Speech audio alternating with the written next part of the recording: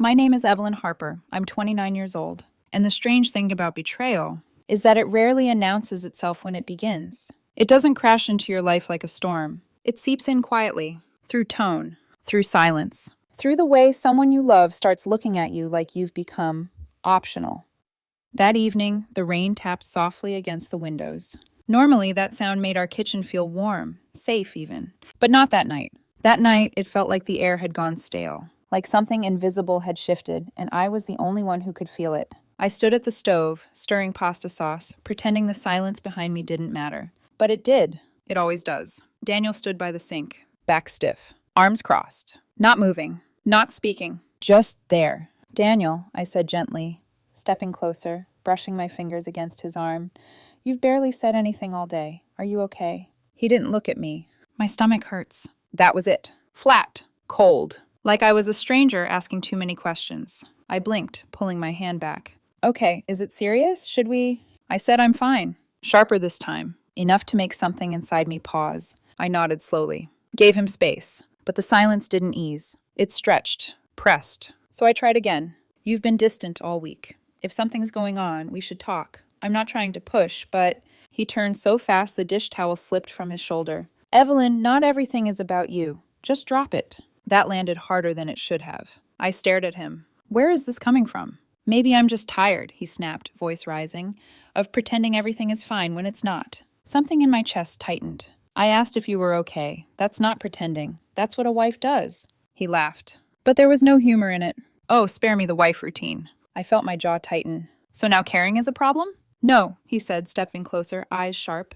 "Control is." The word hit deeper than I expected. "Control?" I repeated quietly. "You monitor everything," he continued. "How I feel, what I do. It's suffocating." For a moment, I just stood there, watching him, trying to reconcile the man in front of me with the one I thought I knew. "Daniel," I said softly, "if you need space, take it. But don't rewrite what this is just to justify pushing me away." "I'm not pushing you away," he said. Then, after a beat, "You just don't fit into the version of my life I want right now." Silence. Heavy. Final. Outside, the rain kept falling. Inside, something cracked. Not loudly. Not dramatically. Just enough for me to feel it. That night, I slept on the couch. Not because he asked me to. Because I couldn't lie next to someone who looked at me like I'd become inconvenient. 7 years of marriage. A house half paid. 2 cars in the driveway. Saturday dinners with friends. We weren't perfect, but we were stable. Or at least, I thought we were. Morning came like nothing had happened. Sunlight slipped through the blinds. Birds chirped. The world moved forward. But inside that bedroom, everything felt different. I stood fully dressed at the edge of the bed. Daniel lay with his back to me. Still. Distant. "Morning," I said lightly. "I called Dr. Benson's office. They can see you tomorrow at 9. No response. "I just thought, since your stomach's been hurting." The covers shifted. Then suddenly, "What?" He sat up, eyes sharp. "I made an appointment," I said calmly, "just to be safe." His expression darkened instantly. "Who told you to do that?" "No one. I was just trying to help." "You don't get to organize my life because I said I wasn't feeling well." I blinked. "It's just a checkup. You don't even have to go." "Oh, how generous," he muttered, standing up. "But that's not the point, is it?" "What point?" "You don't trust me." I frowned. "That's not—" "Yes, it is." His voice cracked slightly. "You think if I don't act the way you expect, you get to manage me." I was concerned. "You were controlling." The word again. Sharp. Deliberate. And something about the way he said it felt rehearsed. Like this wasn't spontaneous. Like he'd been holding it in. Waiting.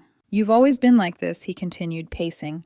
"Quiet. Reasonable. But always watching. Always keeping track." My voice lowered. "Is there something you're trying to hide?" He froze. Completely. Just for a second. But it was enough. Then his face twisted. "Unbelievable," he snapped. "Now I'm lying." I didn't answer. He grabbed a pillow, threw it across the room. "I can't breathe in this house." "I'm not stopping you," I said quietly. "No," he shot back, pointing at me. "You just make it feel like I have to justify existing in it." The bathroom door slammed behind him, and I stood there, alone, staring at the space he'd just left behind, trying to understand how concern had turned into accusation, how love had turned into distance, how quickly something solid could start to feel unstable.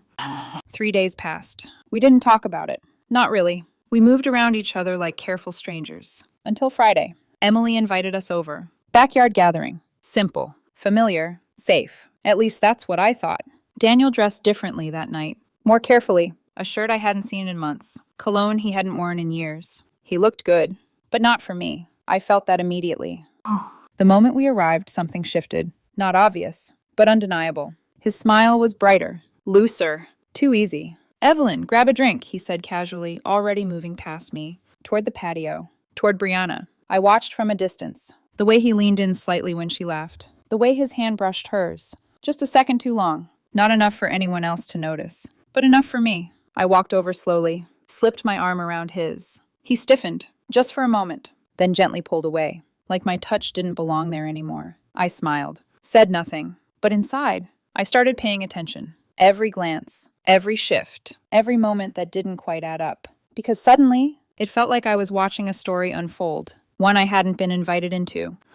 That night, driving home, Daniel hummed softly, scrolling through his phone, not once looking at me. And I said nothing. Not yet. But something inside me had already changed. Quietly. Permanently. Because for the first time, I wasn't just confused. I was starting to wonder what I hadn't seen, and what he was hoping I never would. It was a Tuesday when I found Martin Cole. He was the kind of man people describe the same way they described old buildings and loaded silence. Plain, unremarkable, useful. A former cop with a small office above a laundromat near downtown Raleigh, Martin worked beneath a flickering hallway light and behind a door with peeling paint that made him look less like a private investigator and more like someone who had been quietly collecting other people's bad decisions for decades. The carpet in his office was worn thin near the desk. The coffee smelled burnt. The blinds were half broken. And somehow all of it made me trust him more. He gestured for me to sit. "Tell me exactly what you think is happening." I looked at the legal pad in front of him, then at my hands, then finally at him. "I think my husband is hiding something," I said, "and I don't think it's just emotional." Martin didn't flinch. No sympathy. No judgment. Just a nod. "You got a name?" "Brianna Lawson." His pen moved. "She's married?" "Yes." "Two?" "Brandon Lawson. He and Daniel have been part of our circle for years." Martin leaned back slightly. "You want proof of an affair?" I should have said yes immediately. Instead, I hesitated, because saying it out loud made it real in a way suspicion never quite does. "I want the truth," I said finally, "even if it's uglier than I think." He clicked his pen shut. That's usually what it is.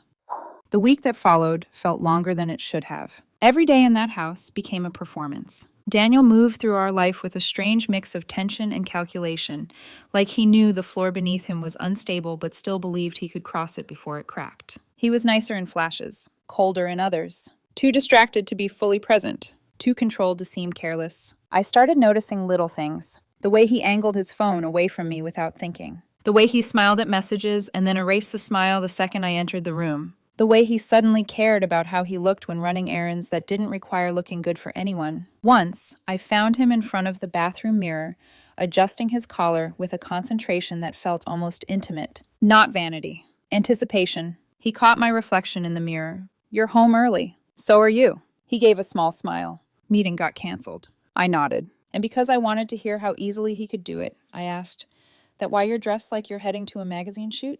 He laughed, a little too quickly. "You used to like this shirt." I looked at him. "Used to?" His hand paused at his collar. Then he smiled again. Soft. Careful. "Still do, I guess." But the damage was in the hesitation, not the words. The hesitation. Because that was what betrayal really was most of the time. Not grand gestures. Not lipstick on collars. Not dramatic midnight confessions. Just 1,000 tiny fractures in ordinary moments.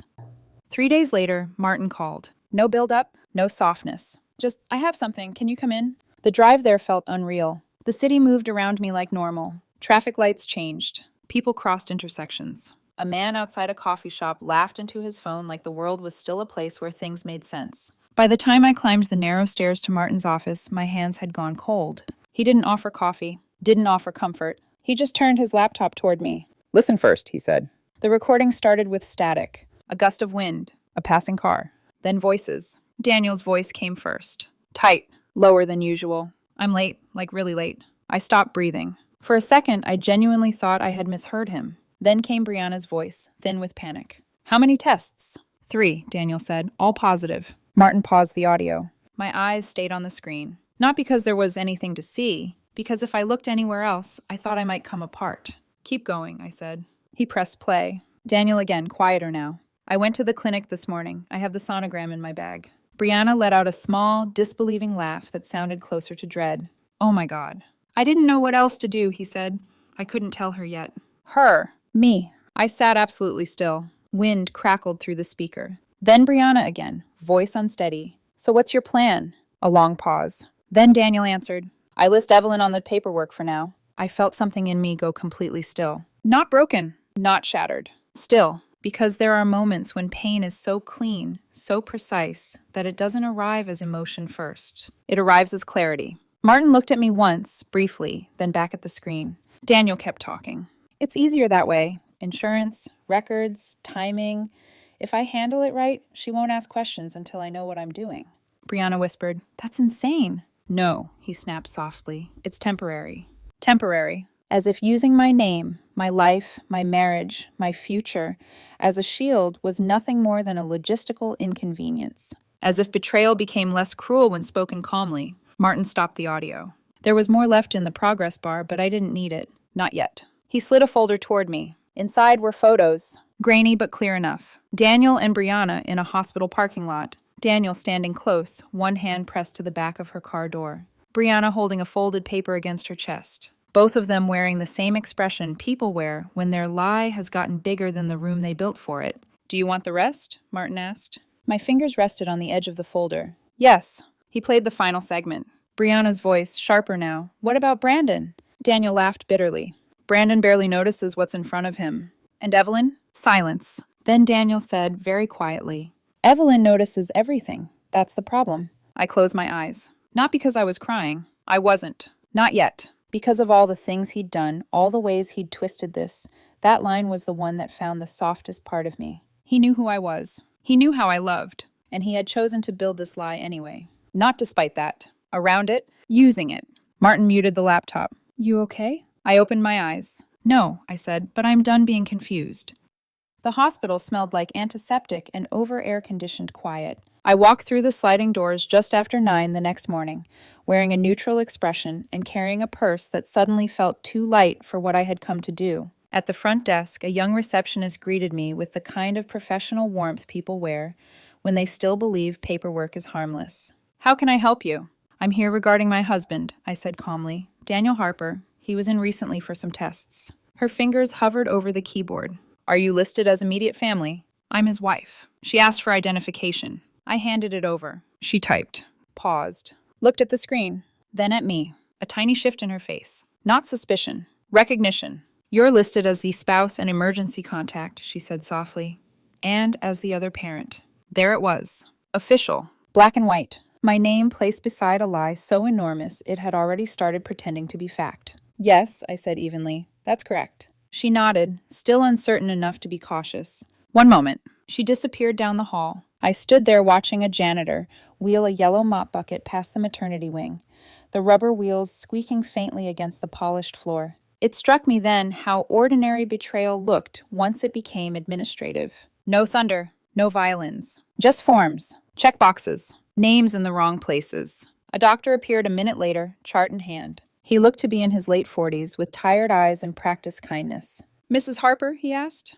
Yes, he smiled. Congratulations. The word almost made me laugh. Not because it was funny, because it was grotesque. Thank you, I said. He glanced at the chart.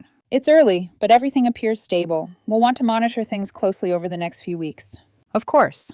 There's a lot to process in the beginning, he added gently. He may be more overwhelmed than he's showing. He. Daniel. My husband. The man who had weaponized my name before breakfast. I'm sure he is, I said. The receptionist returned with a thin folder.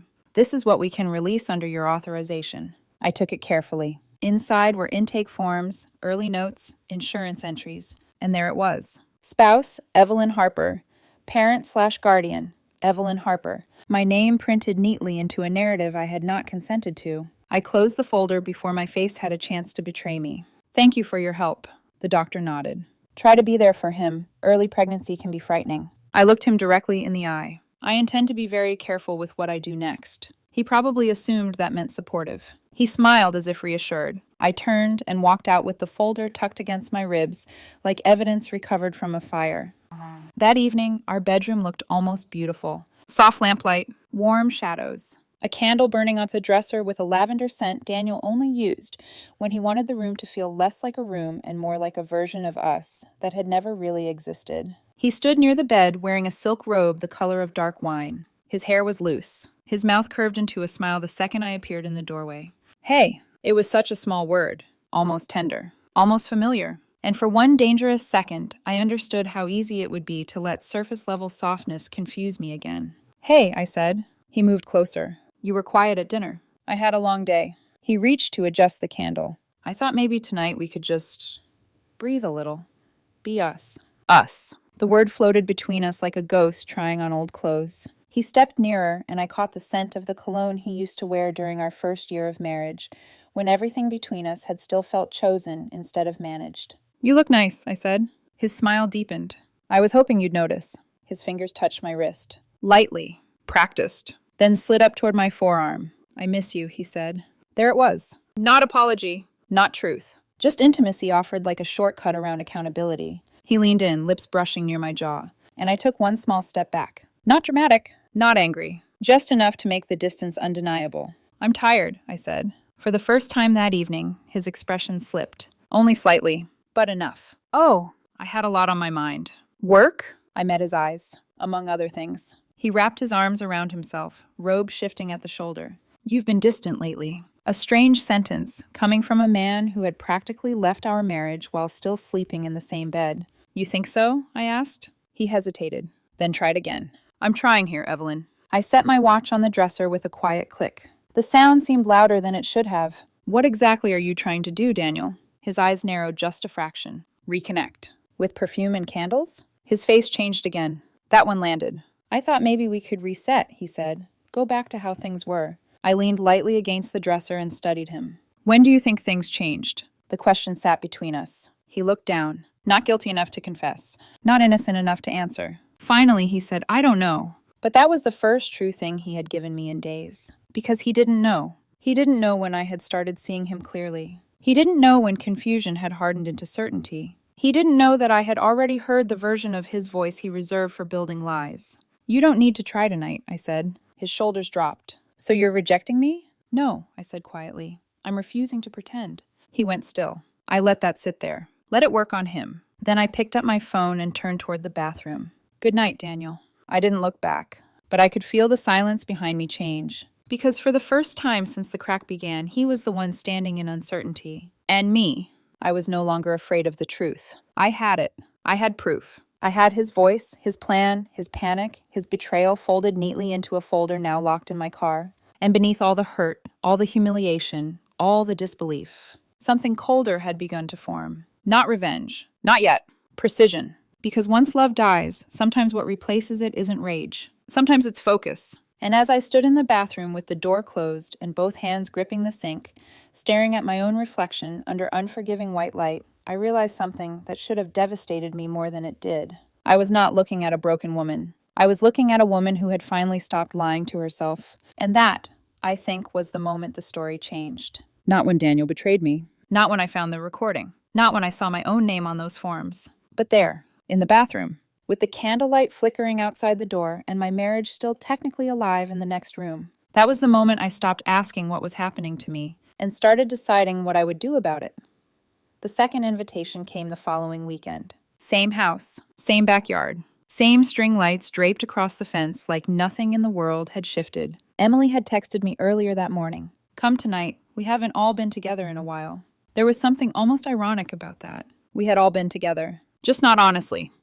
Daniel dressed carefully again. More than carefully. Deliberately. A crisp shirt. Dark jeans. The watch I bought him 3 years ago. The one he used to forget in drawers, but now seemed to remember whenever it mattered. He stood in front of the mirror, adjusting it when I stepped into the room. You ready? He asked casually. Almost. He glanced at me through the reflection. You look nice. I did. Not for him. Not anymore. But for what was coming. Thanks. He hesitated for half a second, then smiled. Like everything between us was just a phase. Like whatever distance had formed could still be smoothed over with enough charm and denial. You've been quiet lately, he added. I've been thinking.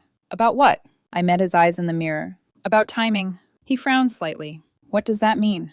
You'll see. I turned before he could ask anything else.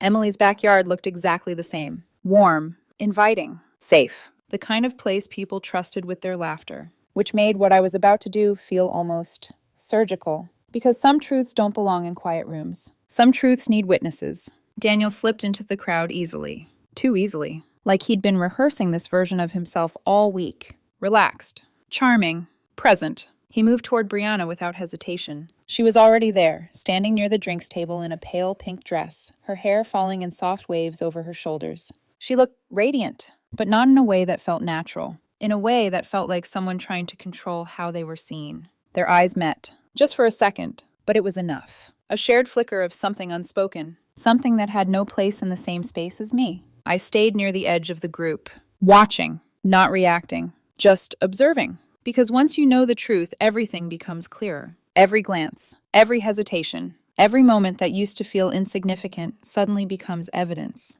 The night moved like it always did. Drinks, laughter, the crackle of the fire pit, music low in the background. Emily floated between guests, smiling, unaware she was hosting the unraveling of her own life. Brandon stood near the grill, flipping burgers, completely unaware that the ground beneath him had already given way. And Daniel played his role perfectly, until he didn't. It happened about an hour in. Brianna picked up her glass and tapped it lightly with a spoon. The soft clink cut through the chatter just enough to draw attention. "Hey," she said, smiling.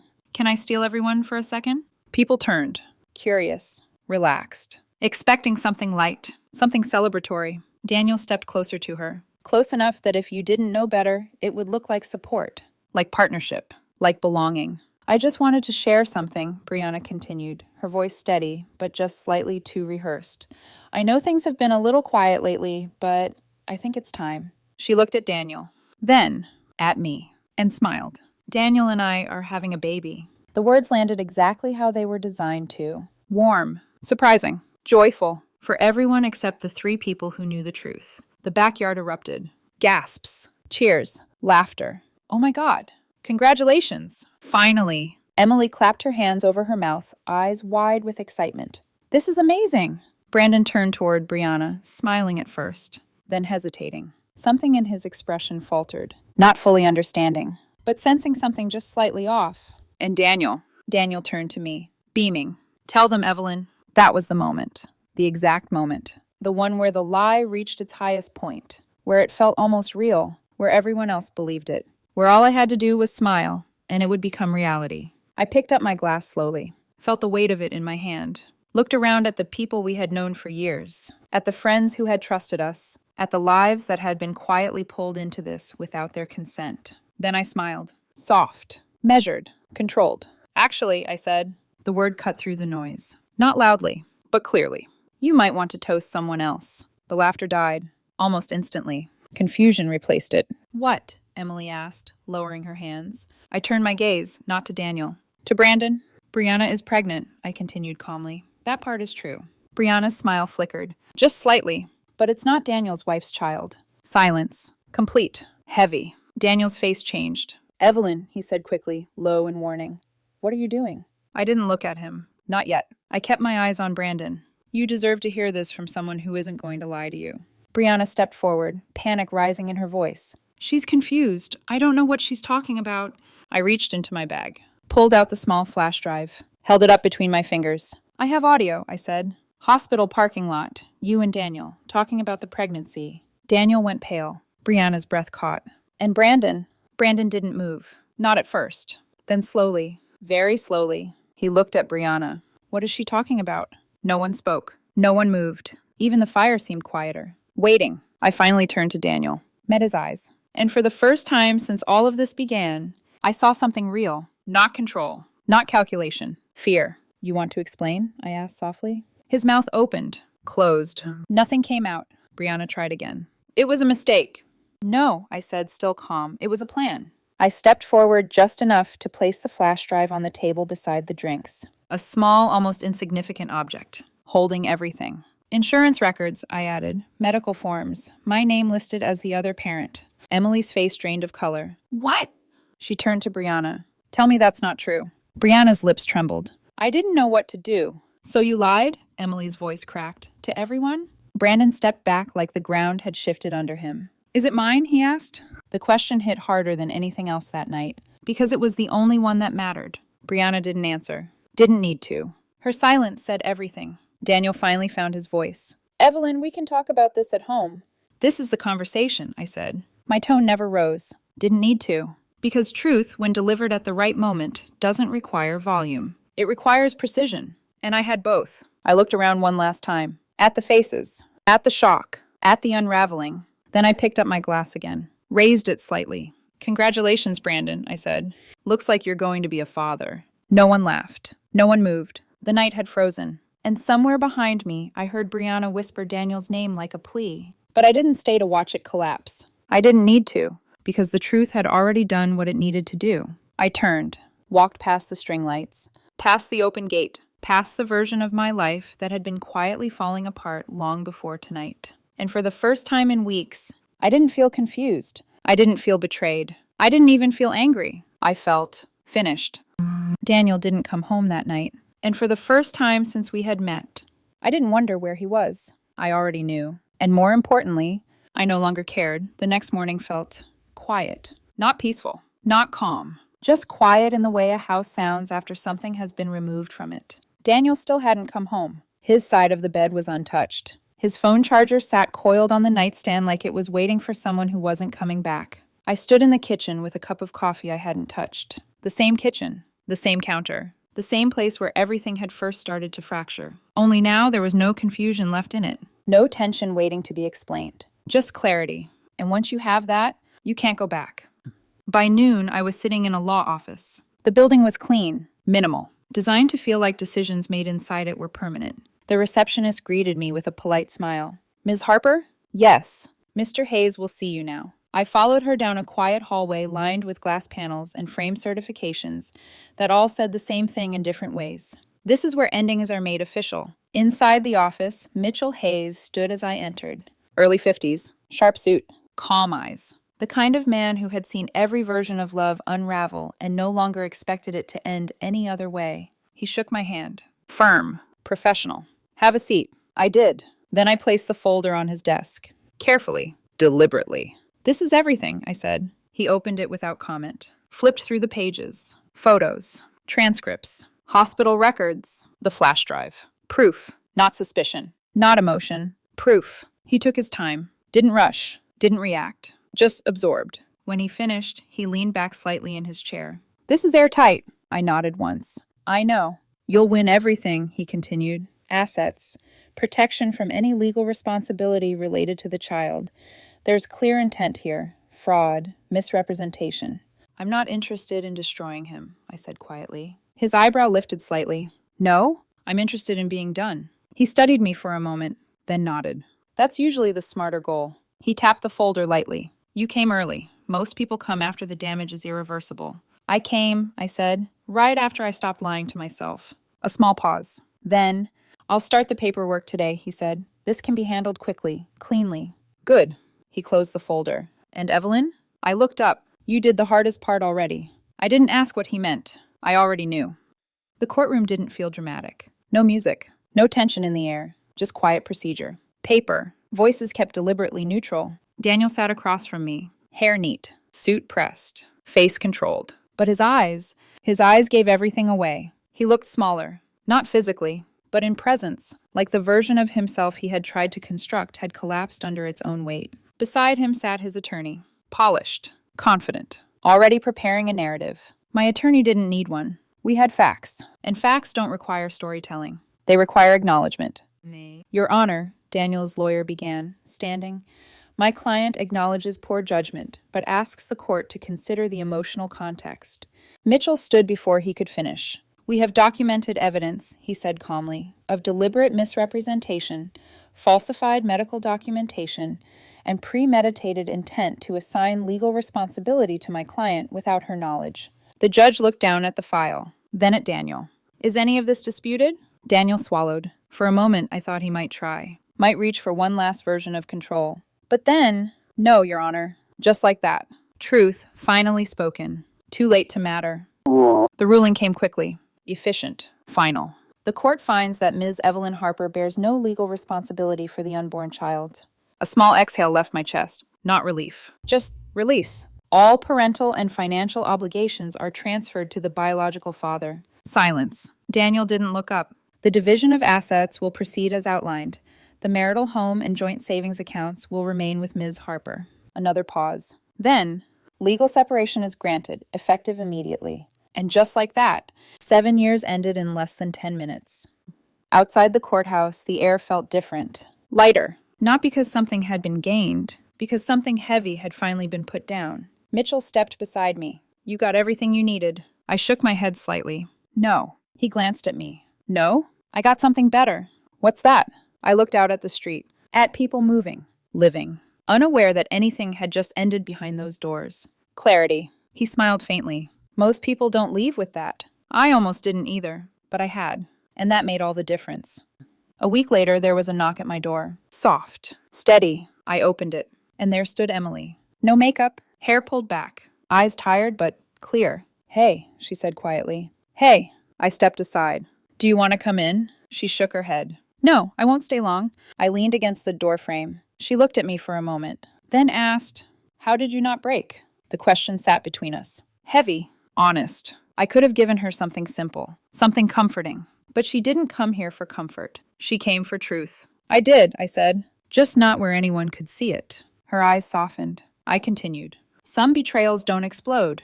They collapse quietly, and you don't realize how much damage they've done until you're standing in the silence after. She nodded slowly. Brian moved out, she said. Yesterday. I wasn't surprised. I told him I couldn't stay with someone who could lie like that. There was no anger in her voice, just certainty. And I respected that. You did the right thing, I said. She let out a small breath. I keep thinking about that night, she admitted, how close everything felt to normal before it wasn't.